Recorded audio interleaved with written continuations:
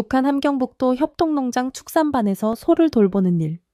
송아지가 굶어 죽어도 진실을 기록하면 불온한 사람이 됩니다.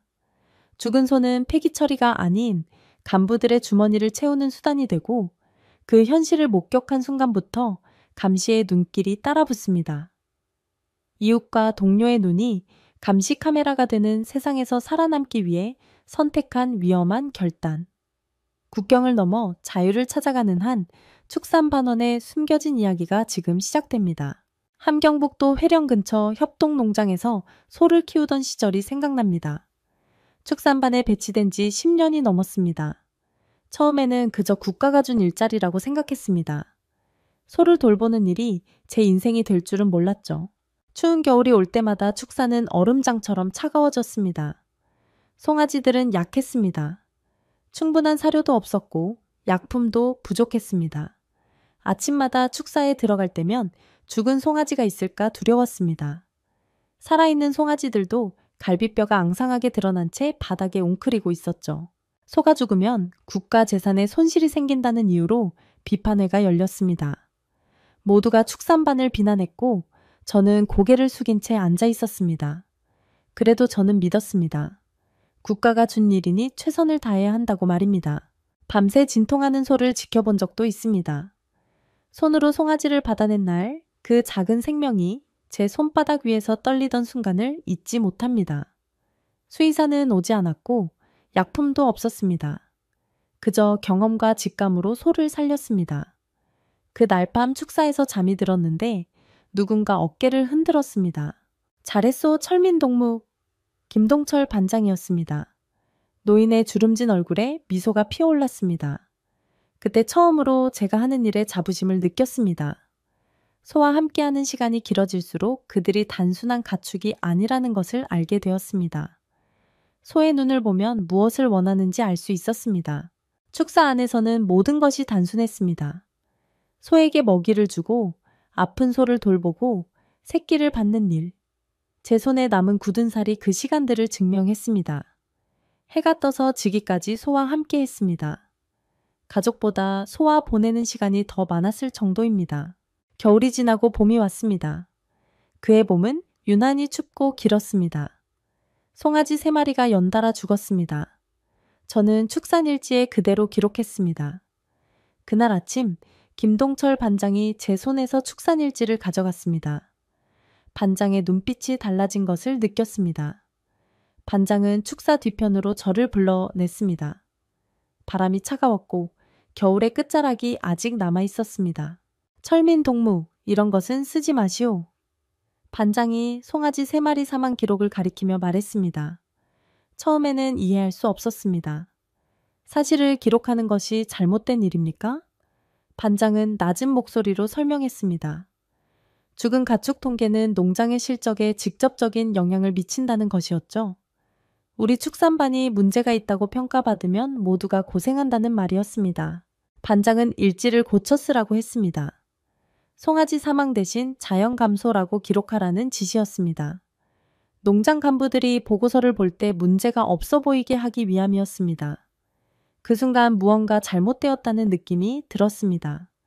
하지만 저는 말없이 고개를 끄덕였습니다. 며칠 후 우연히 축사 뒤편에서 낯선 일을 목격했습니다. 밤이었습니다. 농장 간부 2명이 트럭에 죽은 송아지를 싣고 있었습니다. 폐기 처리하는 줄 알았습니다. 국가 재산이니 적절한 절차가 있을 거라 생각했죠. 다음 날 아침 죽은 송아지에 대해 물었을 때 반장은 말했습니다. 처리했소. 더 이상 묻지 마시오. 진실을 알게 된 것은 한 달 후였습니다. 친구 한 명이 귀띔해 주었습니다. 죽은 가축은 폐기되는 것이 아니라 장마당 고기상에게 넘겨진다는 것이었습니다. 가축 질병에 걸려 죽었을 수도 있는데 사람들은 모르고 그 고기를 먹는다는 사실이 충격적이었습니다. 더 충격적인 것은 그 거래에서 나온 돈이 간부들의 주머니로 들어간다는 사실이었죠. 제 마음속에서 무너지는 소리가 들렸습니다. 믿었던 체제, 존경했던 사람들, 그 모든 것이 거짓으로 느껴졌습니다. 축사에서 소들을 바라보았습니다. 소들은 순진한 눈으로 저를 쳐다보았습니다. 국가가 준 일을 성실히 해온 저 자신이 어리석게 느껴졌습니다.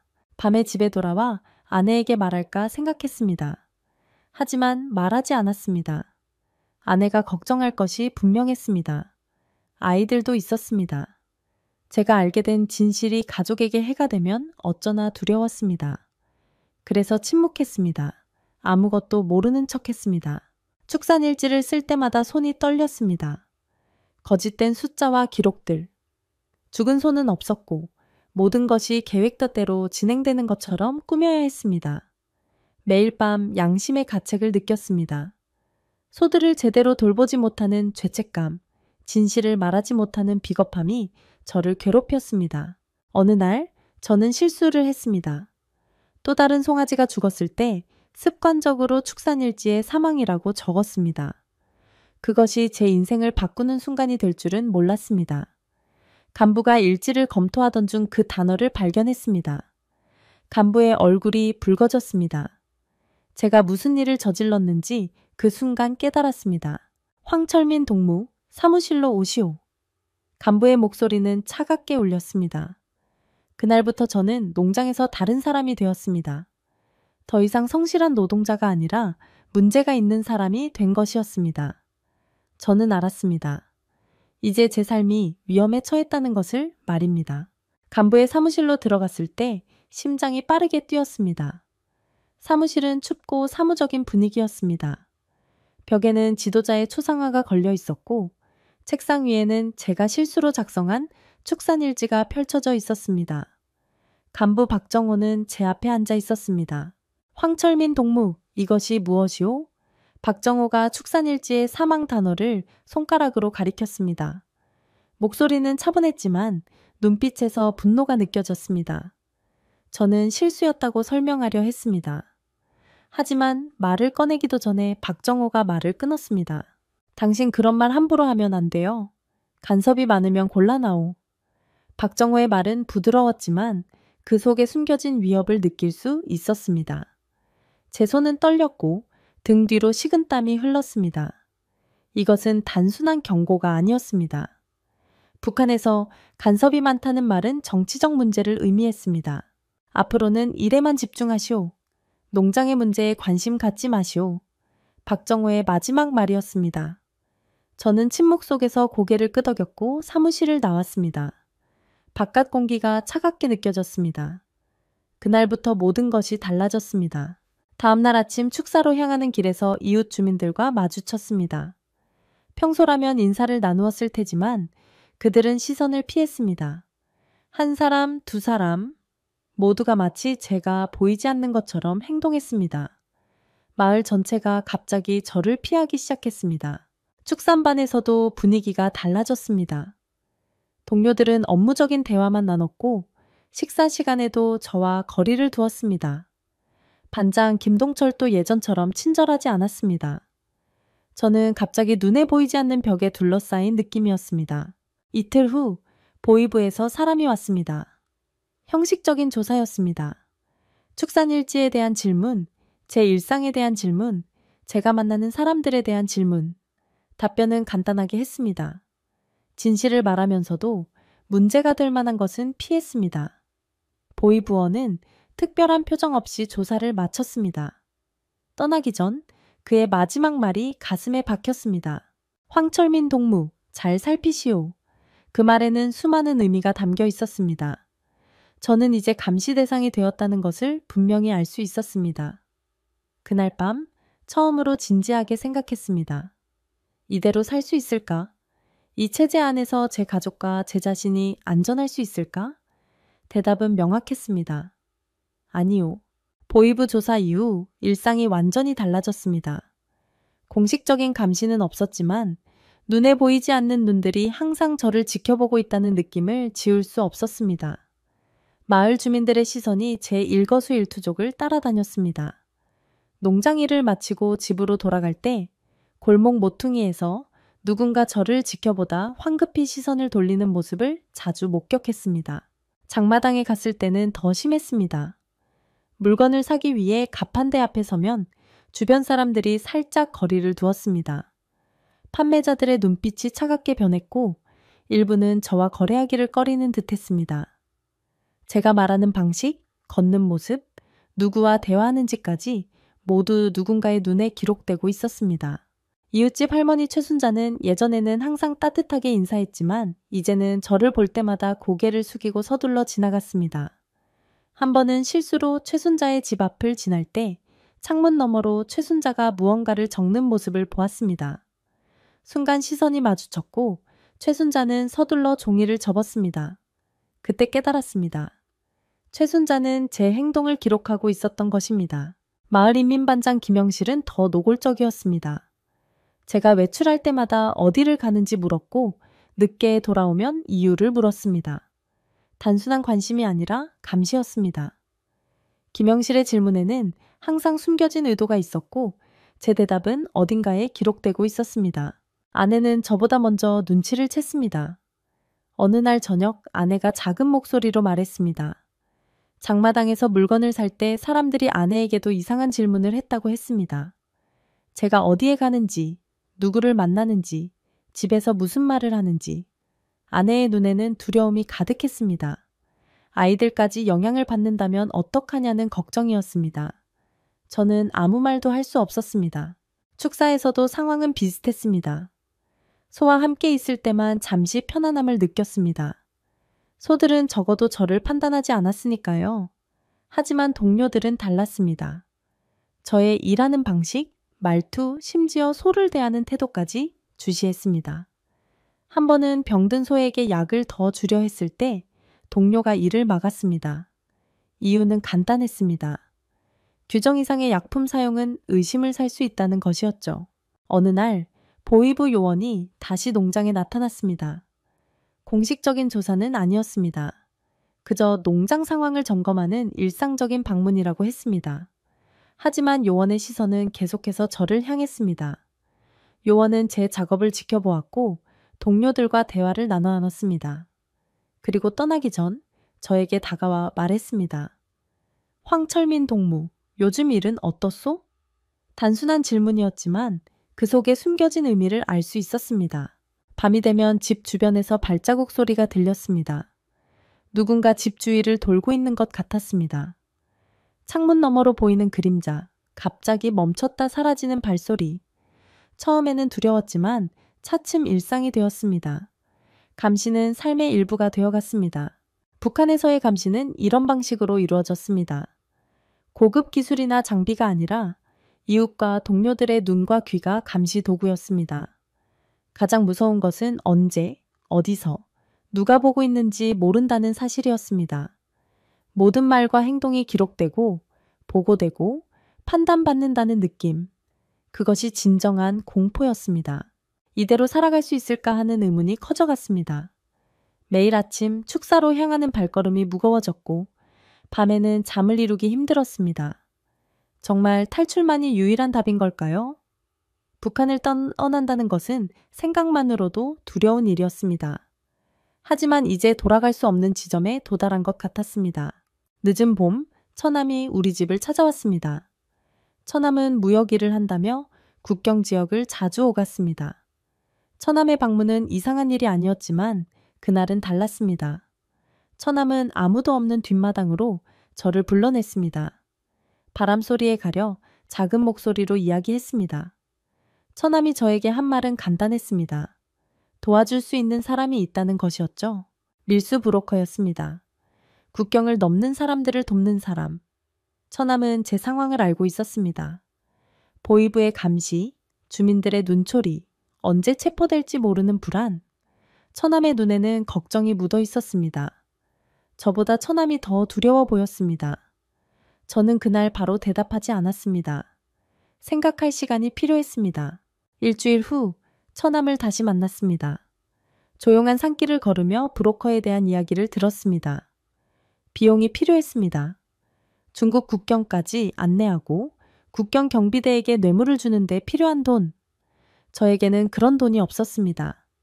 처남은 한 가지 방법을 제안했습니다. 축산반에서 소 한 마리를 빼돌릴 수 있느냐는 것이었습니다.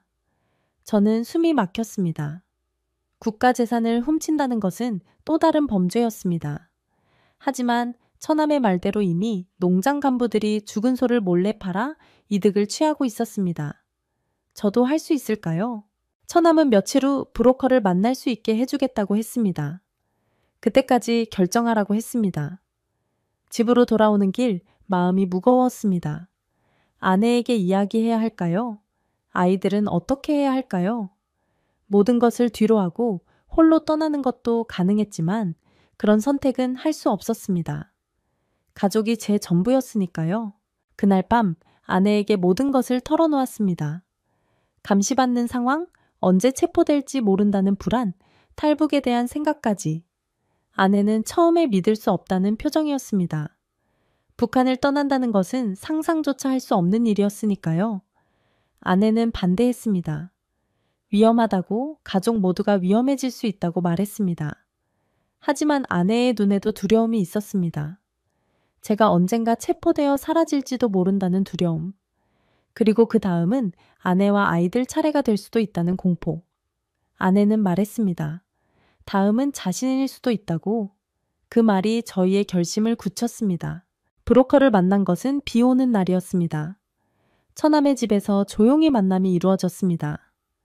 브로커는 생각보다 평범하게 생긴 중년 남성이었습니다. 그는 국경 상황, 경비 상황, 필요한 비용에 대해 이야기했습니다.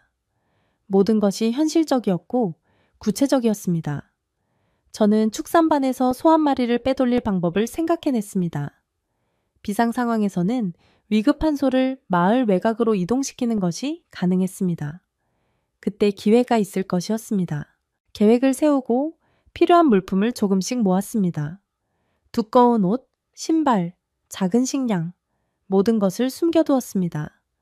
아내는 아이들이 물어볼 때마다 적당한 변명을 만들어냈습니다.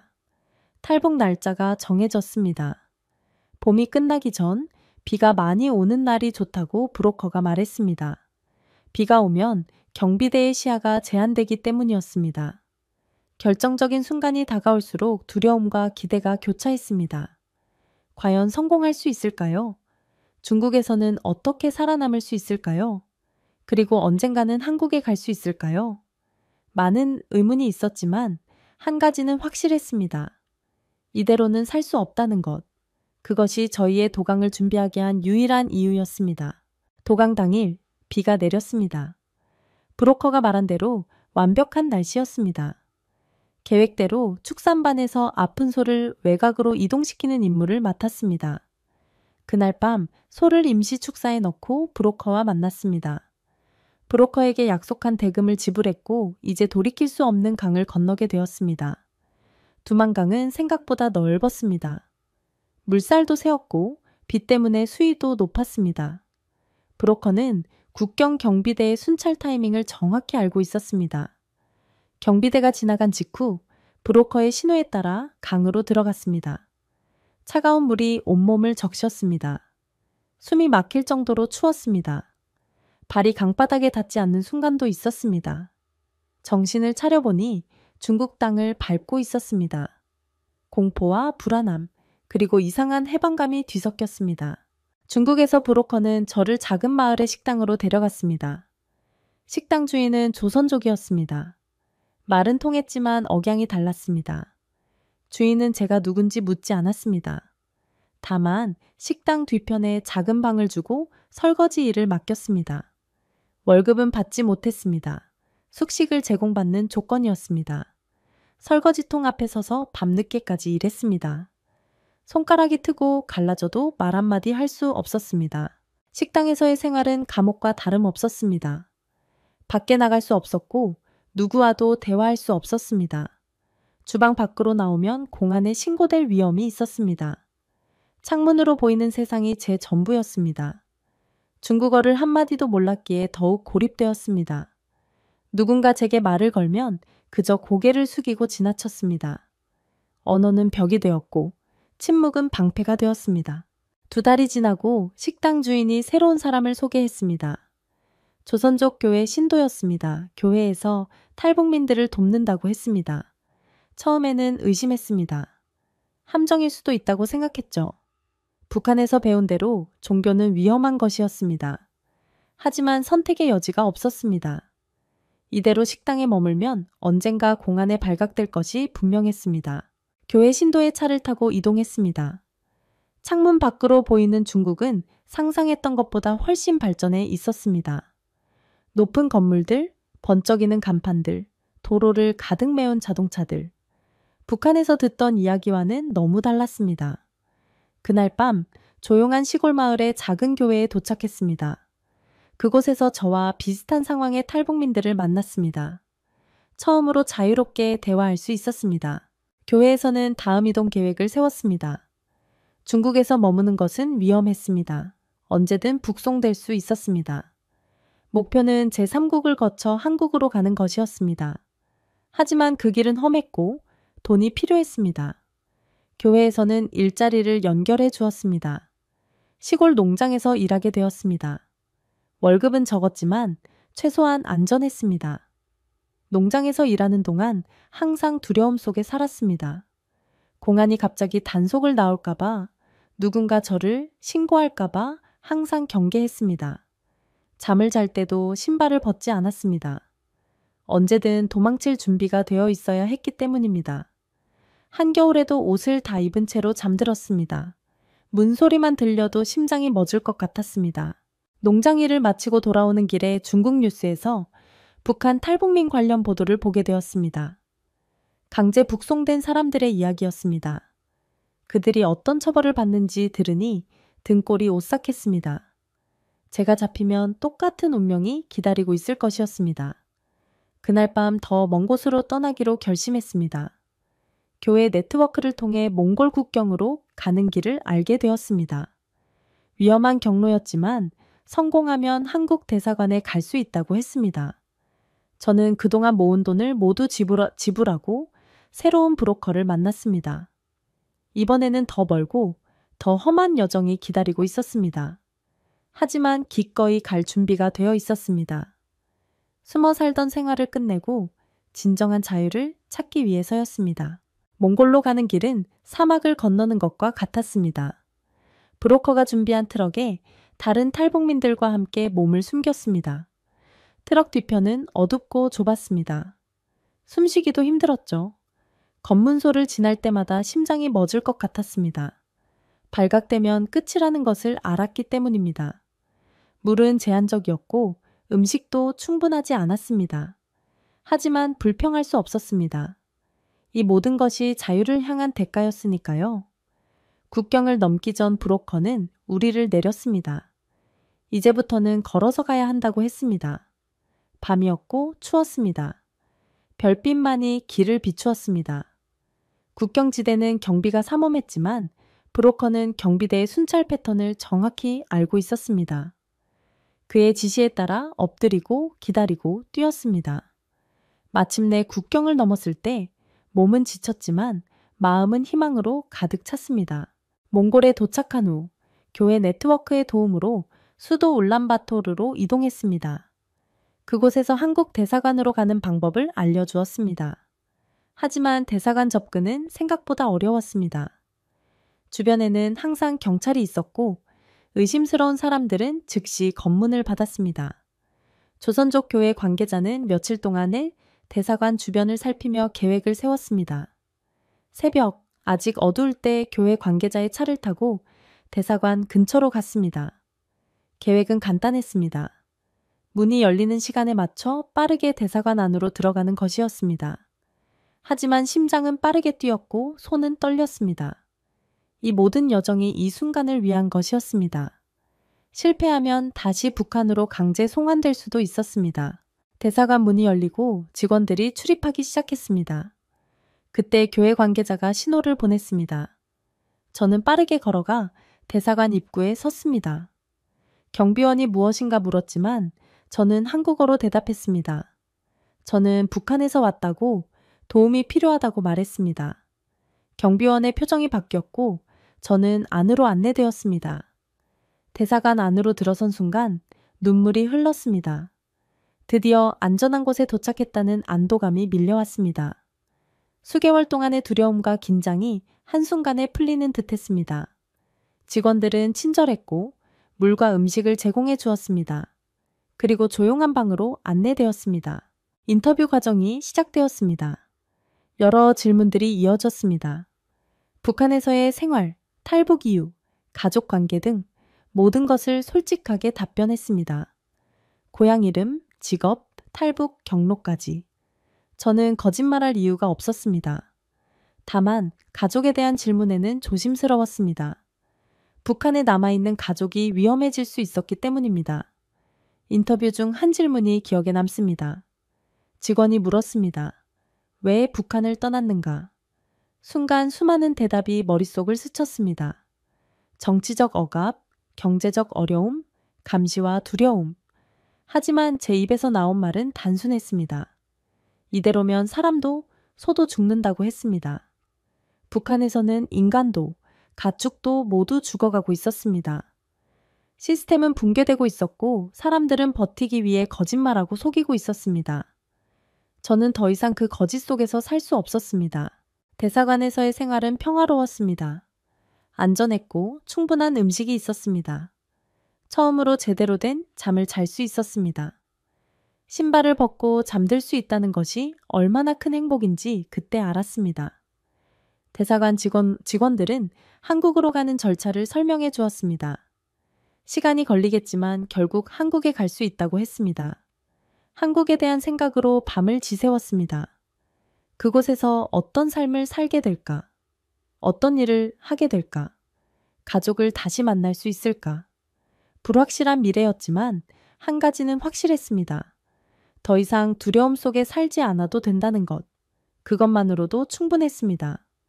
대사관 창문 너머로 보이는 하늘은 북한에서 보던 하늘과 같았지만 이제 그 하늘 아래에서 자유롭게 살 수 있다는 희망이 있었습니다. 한국에 도착한 날 인천공항의 차가운 바람이 얼굴을 스쳤습니다. 북한을 떠난 지 8개월 만에 드디어 새로운 나라, 새로운 삶이 시작되었습니다. 하나원에서의 교육 기간 동안 한국 사회 적응을 위한 여러 프로그램을 받았습니다. 컴퓨터 사용법, 한국 문화, 경제 시스템까지. 모든 것이 낯설었지만 한 가지 확실한 점은 있었습니다. 제 손에는 여전히 소를 키우던 굳은 살이 남아 있었다는 것입니다. 하나원 퇴소 후 정착 도우미의 도움으로 서울 외곽의 작은 아파트를 얻었습니다. 처음으로 제 이름으로 된 집이었습니다. 북한에서는 상상할 수 없었던 일이었죠. 하지만 현실은 냉혹했습니다. 일자리를 구하는 것은 쉽지 않았습니다. 북한 출신이라는 사실이 취업에 큰 장벽이 되었습니다. 여러 곳에 이력서를 넣었지만 대부분 거절당했습니다. 우연한 기회로 경기도의 한 축산업체에서 일자리를 얻었습니다. 노동직 근무였습니다. 급여는 적었고 일은 고되었습니다. 소 분뇨를 치우고 축사를 청소하고 사료를 나르는 일. 북한에서 했던 일과 크게 다르지 않았지만 환경은 완전히 달랐습니다. 현대화된 설비, 충분한 사료, 건강한 소들. 이런 환경에서라면 북한의 소들도 잘 자랐을 것입니다. 일을 시작한 지 6개월이 지났을 때 반장 김수영이 저에게 제안했습니다. 야간 축산기술 교육을 받아보지 않겠냐는 것이었습니다. 일을 마치고 매일 밤 2시간씩 수업을 듣는 일은 쉽지 않았습니다. 몸은 피곤했지만 배움에 대한 갈증이 컸습니다. 북한에서는 경험만으로 소를 돌봤다면 이제는 체계적인 지식을 배울 수 있었습니다. 수의학 기초, 사료관리, 번식 기술까지. 모든 것이 새롭고 놀라웠습니다. 교육을 수료하고 1년 후 저는 중소형 축산장의 관리인으로 일하게 되었습니다. 제 책임에 30마리의 소가 있었습니다. 그들의 건강, 영양 상태, 번식까지 모든 것을 관리했습니다. 처음으로 제 판단과 결정이 존중받는 자리였습니다. 북한에서는 항상 위에서 내려오는 지시에 따라야 했지만 이제는 제가 주도적으로 결정을 내릴 수 있었습니다. 축산장에서 첫 번째 송아지가 태어났을 때 느낀 기쁨은 말로 표현할 수 없었습니다. 제 손으로 받아낸 작은 생명. 건강하게 태어난 송아지를 보며 북한에서 굶어 죽었던 그 많은 송아지들이 생각났습니다. 이들은 다른 운명을 맞게 될 것입니다. 충분한 사료와 적절한 관리로 건강하게 자랄 것입니다. 가장 행복한 순간은 아침 일찍 축사에 도착해 소들을 만나는 시간입니다. 여전히 새벽에 일어나는 습관은 바뀌지 않았습니다. 축사에 들어서면 소들이 저를 알아보고 다가옵니다. 이들의 눈빛은 북한의 소들과 다릅니다. 두려움이나 배고픔이 없습니다. 오직 신뢰와 평온함만이 있을 뿐입니다. 매일 새벽 축사 앞에 서서 떠오르는 해를 바라봅니다. 북한에서의 그 조용한 아침을 떠올리곤 합니다. 하지만 이제 두려움은 없습니다. 감시의 눈초리도, 거짓 통계를 써야 하는 압박도 없습니다. 이제 저는 자유롭게 소를 돌보고, 자유롭게 말하고, 자유롭게 살아갑니다. 때로는 제 삶이 소를 닮았다고 생각합니다.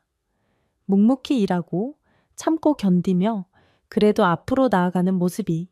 하지만 북한의 소들과 달리 저는 이겼습니다. 그 체제를 벗어나 진정한 자유를 찾았으니까요. 혹시 남들이 부러워하는 권력을 모두 손에 쥐고도 어느 날 갑자기 모든 것을 버려야만 했던 사람 이야기를 들어본 적 있습니까? 오늘 소개할 인물은 북한 보위부 중장 계급까지 오른 뒤 믿기 어려운 선택을 했습니다. 평양에서 호화롭게 지내던 그가 순간의 배신과 숙청 위기에 몰려 가족을 데리고 목숨을 건 탈북을 시도했죠. 한밤중에 강을 건너고 검문소를 아슬아슬하게 넘으며 결국 자유를 찾아가는 여정에서 그는 어떤 감정을 느꼈을까요? 평양에서 보위부 일을 맡았을 때 저는 너무도 기고만장했습니다. 보위부라고 하면 북한 체제에서 가장 공포스러운 조직 중 하나입니다. 누군가를 조사하기로 마음만 먹으면 그 사람은 그야말로 벼랑 끝에 내몰리기 십상이었죠. 저는 그 지위를 손에 넣기까지 오랜 기간 군 생활과 당성을 인정받아야 했습니다. 처음 군에 입대했을 땐 보잘것없는 병사로 시작했지만 제가 속한 부대가 여러 차례 공로를 인정받으면서 간부 코스를 밟게 되었습니다. 군에서 어느 정도 인정을 받으니 보위부에서 스카우트 제의를 해왔고 그 이후 저는 평양 보위부에서 승진을 거듭하게 됐습니다. 그렇게 30 중반이 차이 되기 전에 저에게는 별 2개, 중장이라는 계급이 따라붙었고 그때부터 사람들은 제 이름을 들으면 겁먹기 시작했습니다. 저는 사실 지방의 가난한 집안 출신이었습니다. 늘 쌀이 부족해 아침거리를 구하지 못해 굶었던 적도 많았습니다. 그래서인지 권력을 잡고 나니 그 무엇보다 물질적인 풍요가 가장 달콤하게 느껴졌습니다. 처음엔 나와 가족이 잘 살아보자 싶었죠. 보위부라는 조직의 권능은 저 같은 사람에게 커다란 유혹이었습니다. 누군가가 작은 규정만 어겨도 제가 마음만 먹으면 그를 교화소로 보내거나 재산을 몰수할 수도 있었습니다. 물론 이렇게 말하면 제가 아주 나쁜 사람으로만 비칠지도 모르겠습니다. 하지만 북한 체제에서 보위부 간부라면 누구든 이런 횡포와 권력의 단맛을 금방 알게 됩니다. 그리고 그걸 내려놓기란 쉽지 않습니다. 어느 날 김정은이 보통강 주변에 800세대 규모의 고급 아파트를 지어서 공로자와 충성하는 간부들에게 선물하겠다는 발표를 했습니다. 그 순간 저도 은근히 기대하게 됐습니다. 보위부라는 핵심 조직에서 중장까지 올라갔으니 당연히 저도 배정받을 가능성이 있지 않겠습니까? 제 아내는 예전부터 그 지역의 아파트에 살고 싶어 했습니다. 북에서 평양 한가운데의 고층 아파트에 산다는 건 다른 지방 주민들 눈에는 대단한 특권으로 보이거든요. 아내는 늘 새로운 고급 단지에 들어가서 우리도 이제 세련된 도시 생활 좀 누려보자 라고 제게 말하곤 했습니다. 저 역시 마음 한쪽에선 이제 당이 나를 진정으로 인정해주겠지 하는 기대가 있었죠. 그 무렵 제 부하였던 장성일이 밤중에 저를 찾아왔습니다. 장성일은 중령 계급이었지만 정보 수집 능력이 뛰어나서 저와 함께 오랜 기간 일해 온 인물이었습니다. 장성일은 제 방에 들어오더니 낮은 목소리로 얼마 전 군부 무역회사에서 대량의 달러를 가져왔다고 합니다. 선물 아파트 분양권을 위해 보위부 간부들에게 뇌물을 돌리려는 움직임이 있답니다. 하고 귀띔했습니다. 저는 잠시 마음이 흔들렸습니다. 군부 무역회사라면 달러가 엄청나게 들어오고 보위부 감시망에 걸리지 않으려면 누구든 상납을 해야겠죠. 사실 뇌물을 받고 싶지 않다고 말하면 거짓말입니다. 그런데 이렇게 노골적으로 받았다가 괜히 문제가 생기면 제가 뒤집었을 수도 있으니 조심해야 했습니다. 그렇다고 아예 눈 감아버리는 것도 제 입장에선 아쉬운 부분이 많았습니다. 가족이나 제 주변 사람들에게 더 풍족한 생활을 마련해주고 싶은 욕심이 있었으니까요. 장성일은 중장동지 무역회사 측에서 큰 금액을 건네겠다고 합니다. 우리도 조용히 넘어가면 선물 아파트 배정에 우선권을 받을 수도 있다는 말이 돌아다닙니다. 라고 말했습니다. 저는 별말 없이 담배 한 개비를 물고 담뱃불을 붙였습니다. 눈앞이 꽤 흐릿해졌는데 그 연기 너머로 부인의 환한 얼굴과 아이의 장래가 겹쳐 보였습니다. 아내는 평양에서 태어나 자란 이른바 명문가 출신이었습니다. 보이부 중장 부인이 된 뒤로는 주변에서 더 대접을 받았죠. 그런데 당장 저희 가족이 사는 숙소만 봐도 생각만큼 호화롭지는 않았습니다. 보이부 전용 관사라고 해도 건물이 낡았고 수도나 전기가 불안정해 가끔씩 생활의 불편이 꽤 컸습니다. 그래서 더욱 보통강 주변의 아파트에 꼭 들어가자라고 아내는 제게 압박을 했습니다. 사람들 다 선물 아파트 갈 준비한다는데 우리만 뒤처질 수 없잖아. 당신이 나서서 좀 잘 해결해봐 하고 귀에 못이 박히도록 말했죠. 일은 예상보다 빠르게 돌아갔습니다. 군부 무역회사 쪽에서 비공식적으로 보이부 고위 간부들에게 접촉을 시도한다는 소문이 확산됐고 실제로도 몇몇 동료가 이미 거액의 달러와 선물 보따리를 받은 사실을 알고 있었습니다. 저는 갈등에 휩싸였습니다. 이대로 뇌물을 받아들이고 아파트에 입성하는 것이 현명할까? 아니면 철저히 단속해서 오히려 김정은에게 충성심을 보여줄까? 어느 쪽이 됐든 제 목숨과 직결되는 문제이니 더 신중해질 수밖에 없었습니다. 그러던 중 제가 결정적 오판을 하게 되는 사건이 터졌습니다. 어느 날 벼랑간 김정은이 평양 시내를 돌아본다는 정보가 들어왔습니다. 원래 이 사람은 예고 없이 불시에 현지 지도를 나가곤 합니다. 이번엔 보통강 주변의 아파트들을 둘러보다가 예상치 못하게 무역회사 간부들이 모여 사는 동네에 차가 빽빽이 서 있는 걸 보고 질색했다는 겁니다. 보통 북한에선 사적인 자동차를 대놓고 굴릴 수 있는 사람은 극소수입니다. 김정은이 이런 고급 승용차가 왜 이렇게 많아? 누구들이 여기 살기에 이 지경이냐라고 물었다는데 그 즉시 보이부 조사팀이 투입됐고 거기서 군부 무역회사 간부와 보이부 인사들이 한패로 비리를 저질렀다는 정황이 파악되었다는 보고가 들어왔습니다. 저도 그 보고를 뒤늦게 받았습니다. 안 그래도 여러 가지로 의심받던 때라 저는 크게 불안해졌습니다. 이제 어쩌지? 나도 언젠가 이 상황에 엮여서 숙청될지 모른다. 실제로 북한에서 고위 간부가 잘못 걸리면 그 지방까지 모조리 몰락하는 사례를 저는 수도 없이 봤습니다. 장성일 역시 겁에 질려 제 사무실로 뛰어와 중장동지, 상황이 심상치 않습니다. 불시에 체포령이 떨어질 수도 있답니다. 라고 얼굴이 창백해진 채 말했습니다. 저는 호되게 욕을 내뱉었지만 이미 어쩌겠습니까? 김정은의 분노가 해일처럼 번지면 빠져나갈 방법이 거의 없습니다. 그 무렵 저는 제 과거 행적도 돌아보게 됐습니다. 보이부라는 조직에서 일하다 보면 당의 호의도 크게 받지만 어느 날 갑자기 표적이 될 수도 있다는 걸 잘 알고 있었습니다. 제가 평소에 잡아들이고 협박하던 사람들 중 누구도 제 편을 들어주지 않을 겁니다. 사람은 다 그렇게 됩니다. 나도 이제 언제 죽을지 모르는 처지구나 하는 생각이 휘몰아치자 모든 게 허무하게 느껴졌습니다.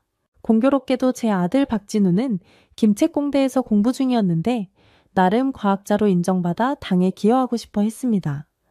저는 진우가 이번 보통강 아파트 배정에 수혜를 받을 수도 있다고 생각했지만 정작 제 보이부 소속이라는 배경이 발목을 잡을지 모른다는 불안감이 더 커졌습니다. 결정적으로 아내가 저녁 식사 중에 제 손을 꼭 쥐고 말했습니다. 여보, 요즘 평양 분위기가 너무 험해졌어. 당신한테 무슨 일이라도 생기면 우린 다 죽어. 몰락한다는 게 뭔지 알잖아. 제발 우리 안전부터 챙겨. 그 말이 제 가슴에 비수처럼 꽂혔습니다. 그러고 보니 이미 작년에 고위 간부 하나가 비리 혐의로 공개 처형당했고 그 가족은 행방불명됐다는 소문이 돌았습니다. 나도 저렇게 될 수 있구나. 그날 밤 내내 잠을 이루지 못했습니다. 다음날 아침 저는 결심을 굳혔습니다. 나름 북한 체제에 충성을 바쳐왔지만 언제 숙청당할지 모르는 불안 속에 제 삶을 이어가고 싶지 않았습니다. 아내와 아들을 살리고 싶었습니다. 이럴 바에는 차라리 탈북을 감행하자. 목숨을 내걸고라도 도전해야 한다. 사실 저 같은 보이부 간부는 국경을 넘기 훨씬 힘듭니다. 공작권을 몇 년간 운영해 본 사람이라서 역으로 철저히 감시받고 있기도 하고 철책선 상황을 너무 잘 알아서 더 위험합니다.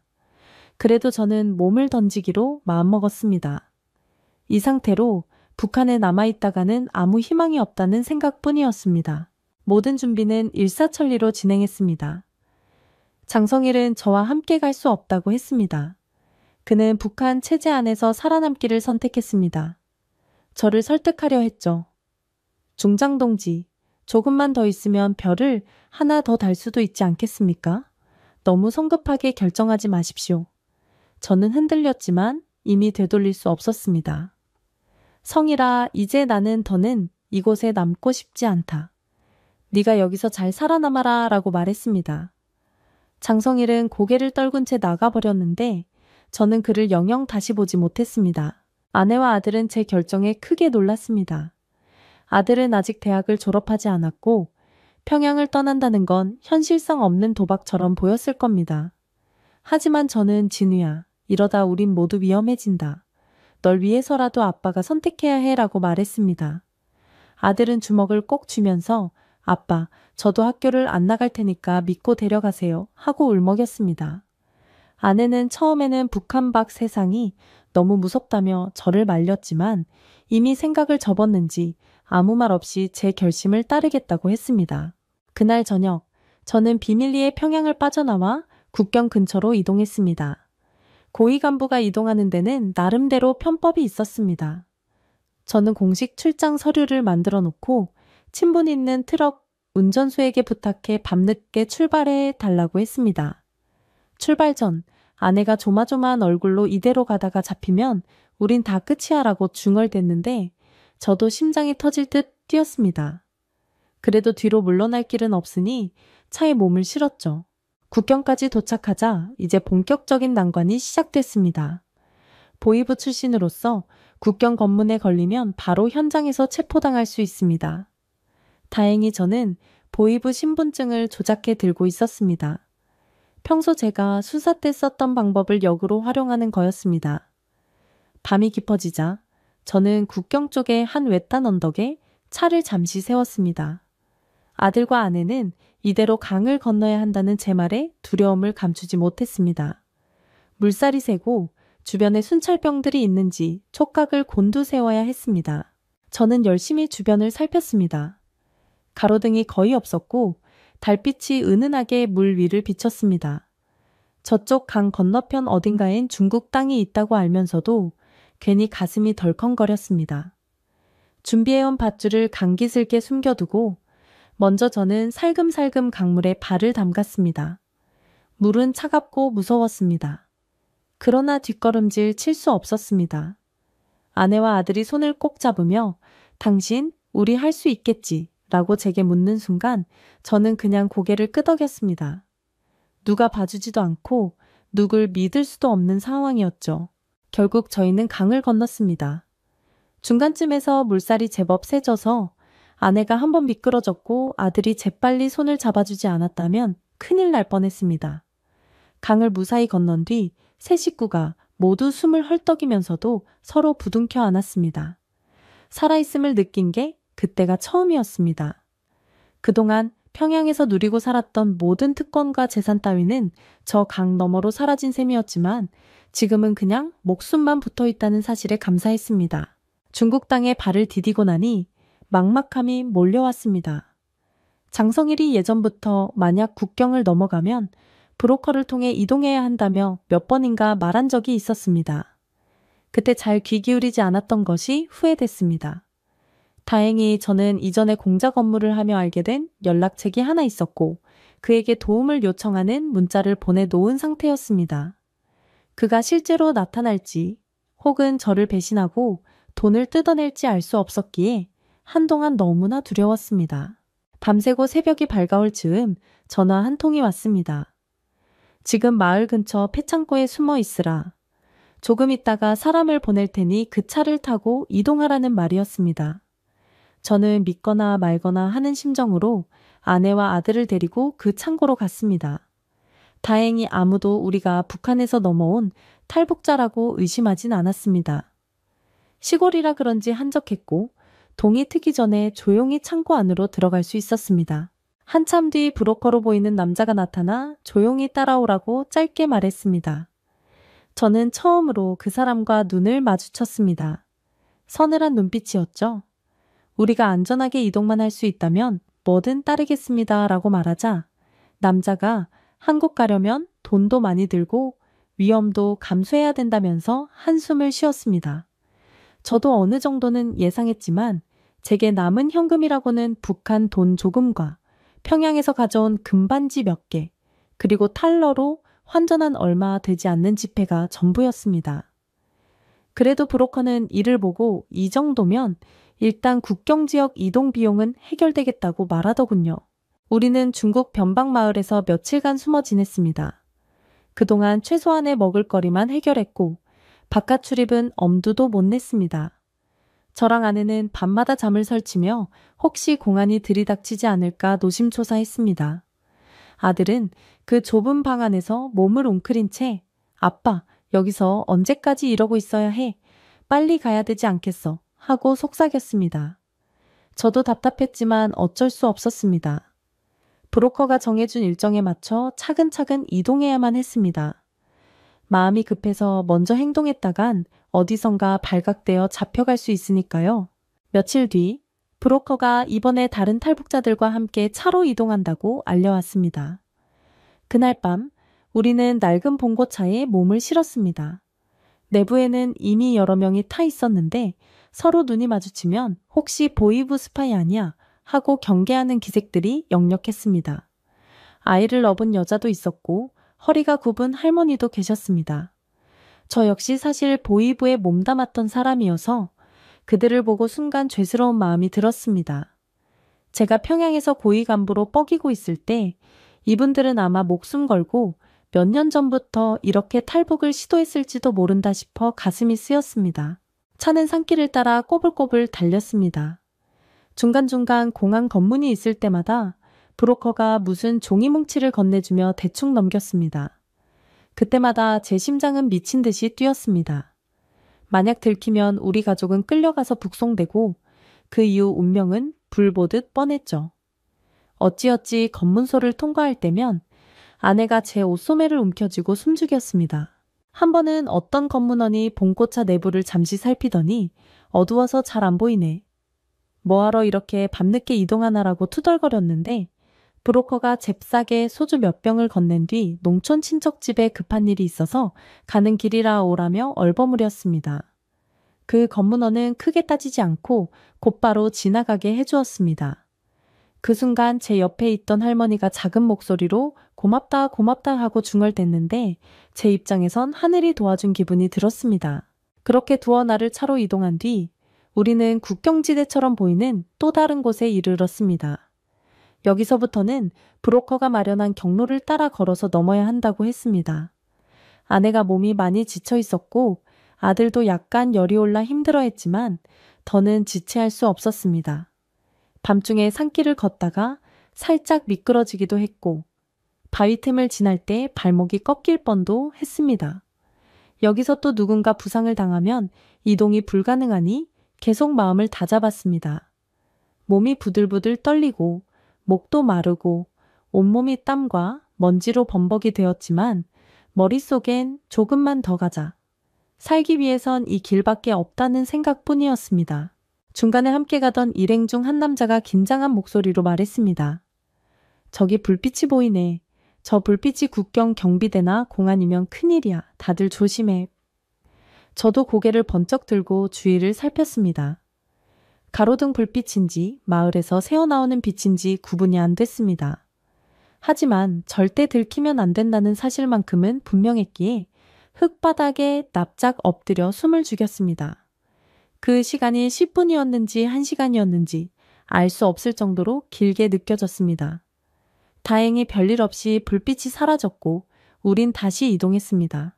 결국 우리는 언젠가부터 이주 경유지로 잘 알려진 동남아 지역까지 내려갔습니다. 다른 탈북자들이 많이 이용하는 루트라는 건 저도 어렴풋이 알고 있었습니다. 여기까지 오는 동안 뇌물을 쓸 수 있는 만큼 썼고 온갖 위험천만한 순간을 넘겼습니다. 아내는 사투를 벌이듯 제 손을 붙잡았고 아들은 울면서도 이 악물고 걸었습니다. 저 역시 이렇게 어려운 길을 왜 지금 택했을까 하는 후회가 스치기도 했지만 이미 되돌릴 수는 없었습니다. 며칠이 더 지나 저희는 어느 국가의 밀림지대 같은 곳을 거쳐 결국 한국 공간으로 연결될 수 있는 길을 찾아갔습니다. 그 과정도 쉽지 않았습니다. 무장한 사람들이 나타나 멈추라고 소리치기도 했고 어떤 날은 현지에서 폭우가 내려 길이 진흙탕으로 바뀌기도 했습니다. 그래도 저희는 하나의 목표만 붙들고 버텼습니다. 한국 땅에만 들어가면 최소한 목숨은 건질 수 있다. 만약 북한으로 다시 끌려간다면 제가 보위부 중장 출신이니 더 참혹한 최후를 맞을 게 뻔하니까요. 결국 여러 난관 끝에 저희는 한국으로 들어올 수 있었습니다. 저는 아내와 아들과 함께 드디어 자유의 땅에 발을 디딘 겁니다. 맨 처음 공항에 내렸을 때 저는 심장이 제자리에서 날아갈 듯 두근거렸습니다. 정말 내가 살아서 한국 땅을 밟다니. 갑작스레 화려한 도시가 눈앞에 펼쳐지니 복잡한 심정이 밀려왔습니다. 한국에서의 첫날은 정신없었습니다. 일단 초기 정착 지원 절차 때문에 관련 기관에 들어가서 신원조사부터 받았습니다. 저는 제 과거 신분을 정확히 밝히면서 이제 이 땅에 충성하겠다. 북한 정권의 실상을 알리고 싶다는 의지를 전했습니다. 그들이 믿어줄지 안 믿어줄지는 모르겠지만 저는 할 수 있는 한 진솔하게 이야기했습니다. 더불어 가족들의 신변도 보장해달라고 간절히 부탁했습니다. 그들은 저와 가족을 보호시설로 안내해줬고 이후 수개월간 정착 교육을 받았습니다. 북한에서 있었으니 한국 시스템과 문화가 얼마나 낯설었겠습니까? 저는 가장 처음 놀랐던 게 전기를 24시간 동안 마음대로 쓸 수 있다는 사실이었습니다. 평양에서도 고위 간부들은 전력 사정을 좀 더 우대받긴 했지만 그래도 시시때때로 정전이 생겼거든요. 그런데 한국에서는 밝은 형광등과 에어컨을 아무 제약 없이 사용할 수 있어서 아내가 믿을 수 없다는 눈으로 천장을 쳐다보았습니다. 아들은 아빠, 여기 인터넷이 정말 빠르고 어디서든 연결된대 하면서 휴대전화를 만져보길래 저도 덩달아 신기했습니다. 하루는 아들이 아빠, 지하철을 타면 요금이 얼마 안 든다는데 한번 타볼까요? 라고 제안했습니다. 저는 사실 지하철이 뭔지도 제대로 몰랐습니다. 평양에도 지하철이 있긴 했지만 노선이 매우 제한적이고 자유롭게 탈 수 있는 건 아니었거든요. 한국에 오니 지하철역도 많고 사람들이 어디든지 자유롭게 이동하는 모습이 너무 놀라웠습니다. 스크린 도어가 설치돼 있어 안전해 보였고 역내 상점들도 붐볐습니다. 저는 이걸 어떻게 해야 하지 당황스러워하자 아들이 티머니 카드를 충전해야 한대요 하고 웃었습니다. 그렇게 태어나 처음으로 제가 자발적으로 지하철역 티켓을 사보고 개찰구를 통과해 본 겁니다. 아내는 식료품점에 가서 수십 가지 종류의 과일과 채소가 가지런히 진열된 걸 보곤 잠시 얼어 있었습니다. 북한에서는 과일 한두 가지 사는 것도 쉽지 않았습니다. 평양에서도 보위부 간부로 있으면서 시장에서 꽤 많은 특혜를 받긴 했지만 한국만큼 넉넉하게 구비된 걸 본 적이 없었으니까요. 아내가 이렇게 다 넘쳐나는데도 사람들은 왜 줄도 안 서고 그냥 골라담지라며 신기해했습니다. 저는 마트를 둘러보다가 거대한 냉장고 코너와 고기 코너를 보고 말문이 막힐 정도였습니다. 뭐든 마음대로 살 수 있다는 게 이런 거구나. 물론 이곳 생활이 언제나 달콤하지만은 않았습니다. 정착금이나 임시 거주지를 마련해 준다고 해도 언어와 문화 차이가 의외로 컸습니다. 저는 말이 통한다고 생각했는데 생각보다 모르는 단어나 표현이 많았습니다. 사람들 말이 참 빠르고 중간중간에 제가 처음 듣는 낱말이 많이 나왔습니다. 아들은 그나마 젊어서 금방 적응하는 듯 했지만 저와 아내는 아직 세상 물정에 어둡다 보니 어리둥절할 때가 많았습니다. 어느 날 저는 당장 일자리를 알아봐야 한다고 결심했습니다. 북한에서 높았던 제 계급은 한국에서는 아무 의미가 없습니다. 기술도 없고 나이도 적지 않습니다. 힘든 노동 현장부터 시작해야 하나 고민이 많았죠. 지원센터에서 몇 가지 직업 교육을 받아보라는 추천을 해주었습니다. 저는 그중 경비 업무를 하는 걸 먼저 배워보기로 했습니다. 조금이라도 몸을 움직여서 돈을 벌 수 있다면 뭐든 하겠다는 각오였죠. 처음 경비 복장을 입고 아파트 출입구에 서 있자니 기분이 참 묘했습니다. 북한에서야 고급 아파트 단지를 단속하기 위해 시찰을 나가곤 했는데 이젠 제가 다른 사람들의 안전과 출입을 관리하는 입장이 됐습니다. 그래도 이게 당당히 벌어먹는 일이니 전혀 부끄럽지 않았습니다. 오히려 이곳에선 누구든 노력하면 생계를 이어갈 수 있구나 하고 마음이 편해졌습니다. 아내는 조그만 식당에서 서빙 일을 시작했습니다. 처음에는 언짢아 하더니 하루하루 사람들 상대하는 게 재미있다고도 했습니다. 저도 그런 아내의 변화를 보며 웃었습니다. 힘들 때 서로 기대며 살아가야 하는 게 부부 아니겠습니까? 아들은 대학을 다시 다니고 싶다며 준비 중이었습니다. 한국어나 역사, 여러 과목의 기초 지식을 보충해야 했습니다. 그래도 아들은 아직 젊은이 의욕이 넘쳤습니다. 아빠, 저 이제는 여기서 과학을 제대로 배워서 북한에서 못하던 연구를 할래. 무슨 첨단 장비든 마음껏 만져보고 싶어요. 라고 말했습니다. 그 이야기를 듣는 순간 저는 가슴이 울컥했습니다. 북한에서 함께 공부하던 아이들은 여전히 전기도 제대로 들어오지 않는 곳에서 생활하고 있을 텐데 이 차이가 너무 크게 느껴져서 마음이 쓰이더군요. 사실 제가 탈북하면서 제 자리, 제 권력을 다 포기했지만 이 결정을 후회하지 않습니다. 만약 평양 보통강 아파트를 배정받았어도 거기서 언제 숙청당할지 모르는 공포 속에 살았을 겁니다. 이 땅에 와서 다시 시작하는 게 쉽진 않지만 적어도 제 자유와 가족의 생명을 위협당하지 않는다는 점에서 감사해하고 있습니다. 이제 제 이름 석자를 걸고 부끄럽지 않게 살아가고 싶습니다. 무고한 사람들을 겁주고 돈을 갈취하던 과거의 제가 부끄럽긴 하지만 회개하고 갱생한다는 마음으로 하루하루 살고 있습니다. 어쩌면 어떤 분들은 보위부 간부였으면 편하게 살지, 뭐하러 왔어? 라고 할 수도 있겠지만 북한 체제란 게 결코 안전하지 않습니다. 권력을 가진 자조차도 날이 서 있는 칼 위를 걷는 것과 다름없거든요. 한순간에 김정은의 심기를 건드리거나 주변 간부들의 모략에 휘말리면 돌이킬 수 없게 됩니다. 저는 그 리스크를 몇 년 동안이나 짊어지고 살았으니 이제는 자유롭게 숨쉬며 살고 싶었을 뿐입니다. 저는 이제 한국에서 터를 잡고 평범하게 사는 것이 꿈입니다. 아내와 소박한 가정집을 얻어 한두 해 안에는 안정된 생활을 누리고 싶습니다. 아들은 곧 대학에 들어갈 것이고 저는 더 나은 일자리를 찾기 위해 어떤 자격증이든 따보려고 합니다. 물론 쉬운 길이 아니겠죠. 그래도 이렇게 사람답게 내 힘으로 살 수 있다는 게 얼마나 큰 축복인지 날마다 새삼 깨닫습니다. 저는 부디 더 많은 분들이 북한 실상을 알아주셨으면 합니다. 많은 탈북자들이 목숨을 걸고 이곳으로 옵니다. 그리고 제가 느낀 것처럼 자유를 만끽하면서도 한편으로는 과거의 상처와 죄책감에 시달리는 경우도 있습니다. 이 현실을 이해해 주시고 함께 더 나은 미래를 만들어가자는 마음이 제 진심입니다. 저는 이제 제가 할 수 있는 범위에서 북한 인권단체나 여러 봉사활동에 조금씩 참여해 볼 생각입니다. 제가 그동안 사람들에게 던진 공포를 조금이라도 씻고 인간다운 삶을 살 수 있으면 좋겠습니다. 오늘 제 이야기를 들어주셔서 정말 감사합니다. 제가 걸어온 길과 제가 뿌리치고 나온 북한 사회의 실체가 조금이나마 전달됐기를 바랍니다. 저에게 늘 따라붙던 칠흑 같은 어둠이 이제 조금씩 사라지고 있습니다. 앞으로도 쉽진 않겠지만 이렇게 자유롭게 제 목소리를 낼 수 있다는 사실만으로도 기적처럼 느껴집니다. 저는 그 기적을 붙들고 조금씩 더 나은 사람이 되고 싶습니다. 정말 감사드립니다. 수도꼭지가 도무지 안 나오길래 고장인가 했는데 옆에 있던 분이 손을 슥슥 대니까 물이 콸콸 나오더라고요. 뭐라고 해야 되죠? 자동으로 나오는 수도꼭지?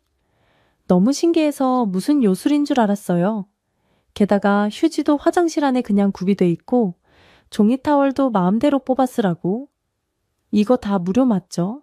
한국에서 전기는 24시간 켜지고 원하는 물건은 어디서나 구할 수 있다는 사실, 당연하게 느껴지십니까?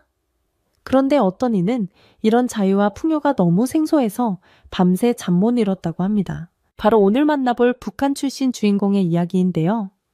북한 체조부에서 뒷배경이 있는 친구들에게 밀려나 장마당에서 근근히 먹고 살았던 그녀가 어머니의 건강 악화로 인해 탈북을 결심했다고 하는데요. 그녀의 사연 지금 시작하겠습니다. 안녕하세요. 저는 북한에서 태어나 자라다가 지금은 대한민국에서 새롭게 정착해 살고 있는 이설이라고 합니다. 저는 북한 동북부 지방의 산골 도시에서 태어났습니다. 그곳은 겨울이 길고 눈도 많이 왔어요. 어릴 때부터 생활이 궁핍해 먹고 사는데 늘 애를 써야 했습니다. 저희 가족은 부친께서 일찍 세상을 떠나셔서 어머니와 둘이 살아야 했기에 형편이 더욱 어려웠지요.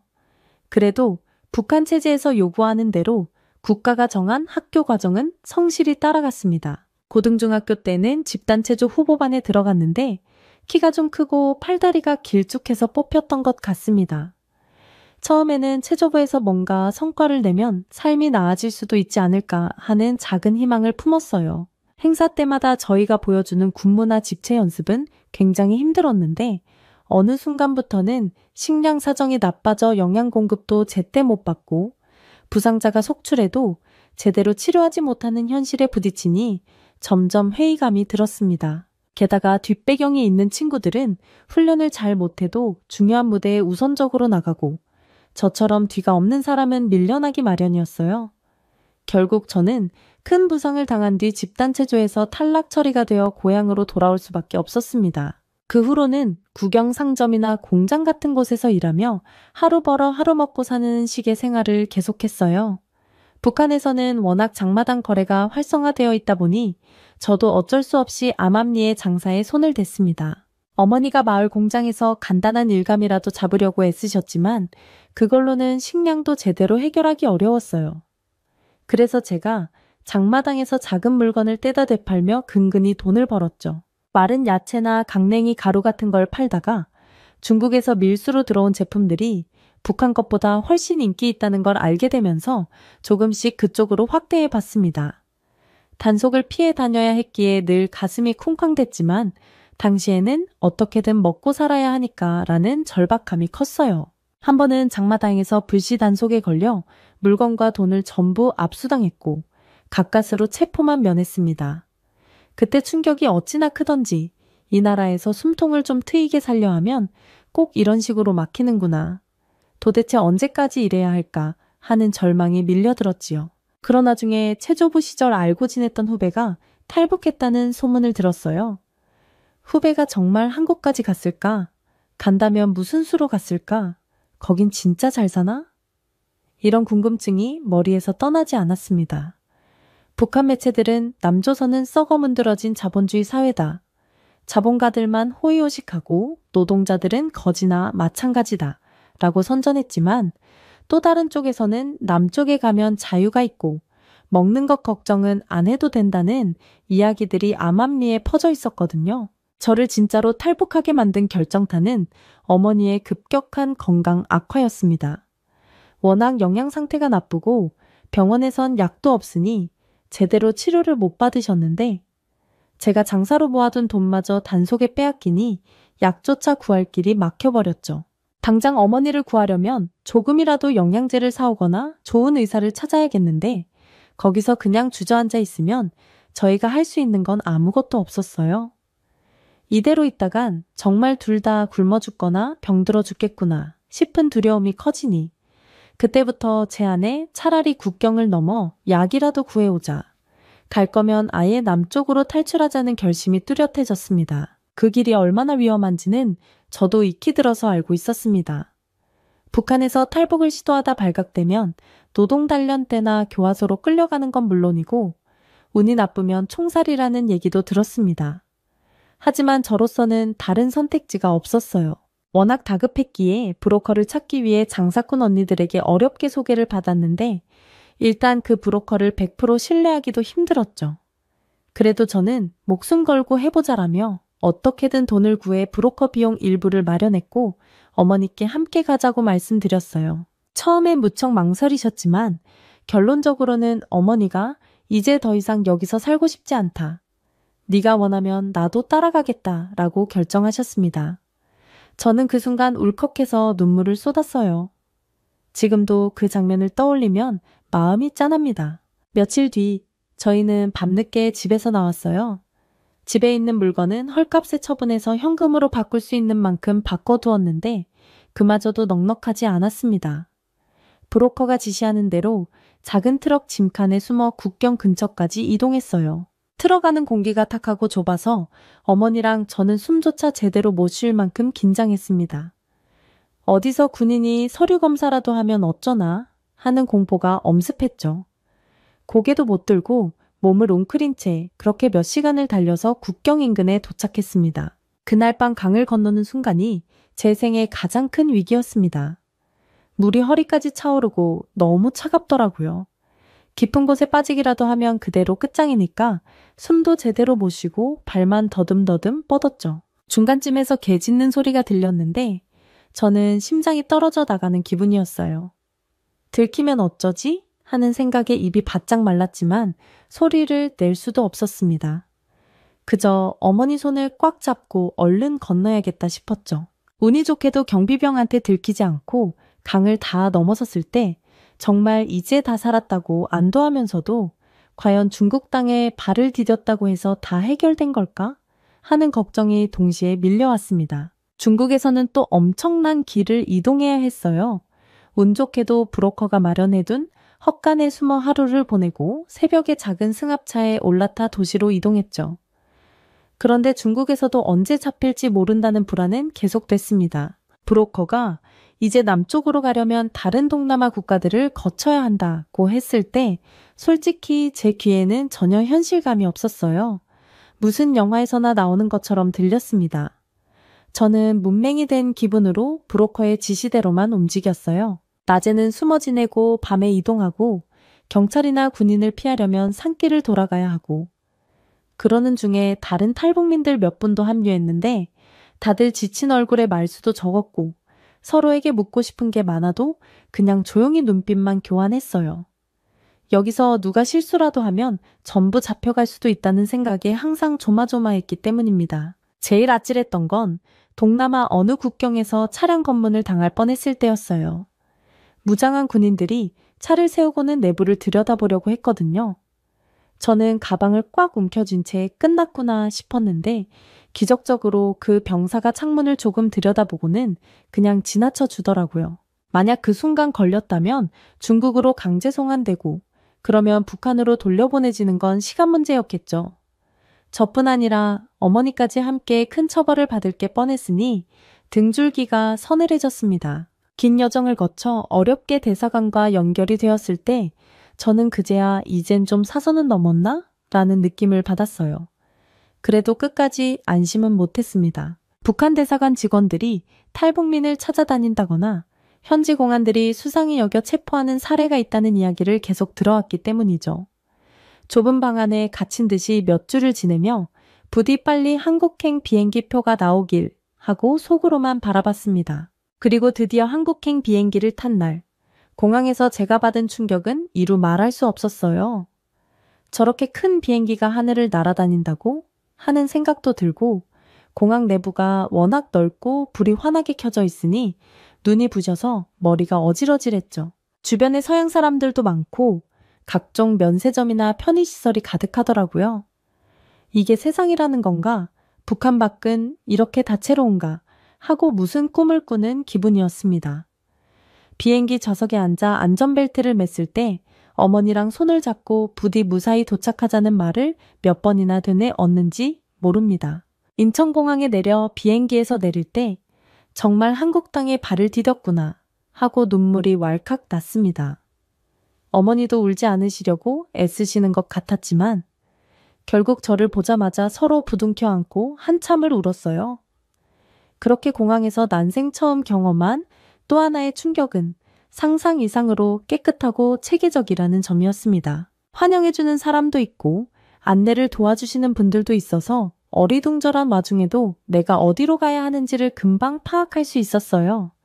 줄을 서서 서류를 작성하고 뭔가 기계에 지문을 찍기도 했는데 그 기계가 너무 신기해서 몇 번이나 눈이 휘둥그레졌습니다. 그 뒤 합동조사라고 불리는 절차를 거쳐 하나원에 들어갔는데 북한에서 살아오며 그런 환경을 본 적이 없는 저로서는 모든 게 낯설고도 또 놀라웠어요. 일단 식사가 일정하게 정해져 있고 반찬 가짓수가 여러 가지나 되며 부족하면 더 가져다 먹을 수도 있다는 게 충격이었습니다. 한 숟가락마다 이렇게 마음대로 먹어도 되는 걸까 하는 이상한 미안함이 들다가도 이왕 나온 거 맛있게 먹자 싶어서 정신없이 먹곤 했지요. 또 하나원 강의에서 직업이 얼마나 다양하고 자신이 하고 싶은 분야를 선택해서 공부할 수도 있다는 말을 들었을 때는 믿기지가 않았습니다. 북한에서는 국가에서 정한 노동 현장에 배치되는 게 대부분이었기 때문에 개인이 직업을 주도적으로 고른다는 발상이 너무 신기했거든요. 하나원에서 몇 주 정도 지낸 후 제가 본격적으로 한국에 떨어져서 가장 신기했던 건 어디서나 불이 밝다는 거였어요. 밤에도 길거리가 대낮처럼 환하고 교통수단도 벗으며 지하철이며 밤늦게까지 다니니 여긴 밤이 없는 나라구나 하고 감탄할 정도였습니다. 또 지하철역 안에 들어가면 에스컬레이터와 전광판이 많아서 제가 가야 할 방향을 놓쳐도 쉽게 돌아갈 수 있더라고요. 심지어 지하철역이나 버스 정류장마다 안내 화면이 있어서 실시간으로 교통정보를 볼 수 있는데 저는 그게 과연 어떻게 가능한 일인지 한동안 이해가 안 됐습니다. 북한에서는 교통정보라는 개념 자체가 없다 보니 어느 노선이 몇 분 뒤에 온다는 걸 화면으로 알려준다는 게 거의 마법처럼 느껴졌어요. 처음 스마트폰이라는 걸 받았을 때도 엄청 흥분했어요. 저한테 이걸로 전화도 하고 문자도 할 수 있고 사진도 찍을 수 있으며 인터넷으로 전 세계 소식을 실시간으로 볼 수 있다고 설명해 주시는데 그게 바로 손바닥만한 기계 안에서 다 해결된다는 점이 상상 초월이었죠. 친구들이 여기서는 앱이라는 걸 깔았으면 은행 업무도 하고 택시도 부르고 밥도 시켜 먹을 수 있다고 말해줄 때마다 저는 그럼 정말 밖에 안 나가고도 다 되는 거야? 싶어 어처구니가 없었습니다. 편의점이라는 데도 처음 가봤는데 밤이든 새벽이든 문이 열려 있고 음료부터 밥거리까지 다 살 수 있으니 여긴 정말 천국인가 하고 입이 떡 벌어졌죠. 정착 교육을 마치고 저는 어머니와 함께 지방의 임대주택에 배정을 받았습니다. 그 집에 처음 들어간 날 부엌 한가운데 놓인 가스레인지와 수도꼭지, 게다가 싱크대 위에 달린 후드 같은 장치가 저를 완전히 멍하게 만들었어요. 내가 불을 직접 떼지 않아도 밥을 지을 수 있다니, 심지어 온수까지 나오다니 하고 감격했습니다. 어머니도 씻을 물 걱정 없이 맘껏 쓸 수 있다는 사실에 굉장히 놀라셨어요. 북한에서 겨울엔 항상 물이 얼어서 몇 번을 녹였어야 했는데 여기서는 수도꼭지 돌리면 콸콸 나오는 데다 온수까지 나오니 그날 밤도 둘이 한참 동안 잠을 못 이룬 채 이렇게 편해도 되나 하며 웃고 떠들었어요. 처음에 장을 보러 큰 마트에 갔을 때도 충격이 컸습니다. 저는 그동안 식재료라 해봐야 쌀이나 옥수수, 기본적인 채소 몇 가지 사려면 온종일 장마당에서 물건값 흥정해야 했고 품질도 마음에 안 드는 게 많았어요. 그런데 여긴 번듯한 마트에 가면 없는 게 없고 물건들이 질서정연하게 쌓여 있고 가격도 딱 표시돼 있어서 마음 편히 골라 담으면 되더라고요. 계산대에서는 바코드로 삑 소리만 내도 자동으로 합계가 나오고 거스름 돈도 척척 주는데 이것만으로도 저는 가슴이 두근거릴 정도로 신기했어요. 어머니께서 계산대가 저절로 값을 알아맞힌다니 말이 되는 거냐며 혀를 내두르셨던 기억도 납니다. 한편으로는 TV를 켜보면 수많은 채널이 있어서 뉴스부터 예능, 드라마, 심지어 해외 방송까지 다양하게 시청할 수 있다는 점이 엄청난 문화 충격이었어요. 북한에서는 중앙TV나 지방방송 몇 개뿐이었는데 거기도 방송 시간이 제한되어 있어서 늘 같은 선전물이나 반복된 뉴스를 봐야 했거든요. 여기서는 K-팝 노래 프로를 틀면 젊은 가수들이 춤도 잘 추고 화면 화질이 너무나 선명해서 마치 실제 무대를 보는 것 같았어요. 북한에서 집단 체조를 할 때 스피커로만 듣던 음악과는 달리 이들은 개성 있는 스타일로 무대를 채우니 저도 모르게 넋을 잃고 구경했죠. 저런 옷과 춤은 누가 시켜서 하는 게 아니라 스스로 원하는 걸 펼치는 거구나 하며 부러운 마음도 들었습니다. 정착 직후 저는 직업전문학교에서 미용을 배우려고 등록했습니다. 북한에서는 머리에 물들이고 손톱에 칠하고 이런 건 보통 날라리들이나 하는 짓으로 폄하하는 분위기가 있었는데 여기선 그것도 엄연한 전문 직업이더군요. 처음엔 롤 말고 드라이하는 기본부터 배우며 실수를 많이 해서 북한 말투 쓰는 애가 뭘 알겠냐며 놀림을 받을까 두려웠습니다. 그런데 강사님과 동료들이 실수해도 괜찮다. 천천히 익혀가면 된다고 격려해 주어서 마음을 놓을 수 있었어요. 게다가 내가 스스로 선택한 길이라는 점이 뿌듯했고요. 어머니는 아파트 단지 근처 구내식당에서 취사 보조 일자리를 찾으셨어요. 하루에 몇 번씩 식재료도 관리하고 반찬도 만들면서 바쁘게 사시는데 예전에 가스불은 어떻게 다루냐, 재료는 어떻게 구하냐 걱정하시던 모습은 온데간데 없어요.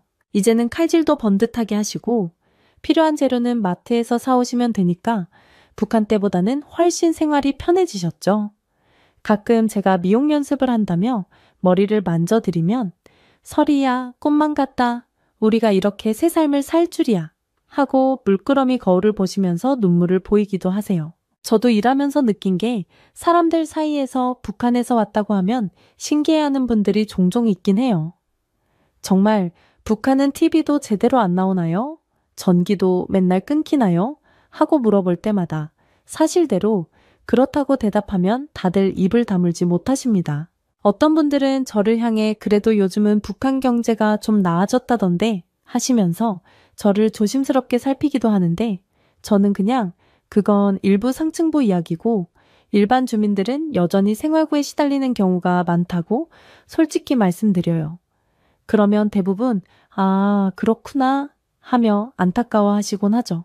가끔은 전혀 뜻밖의 곳에서 한국이 얼마나 발달했는지 깨닫기도 해요.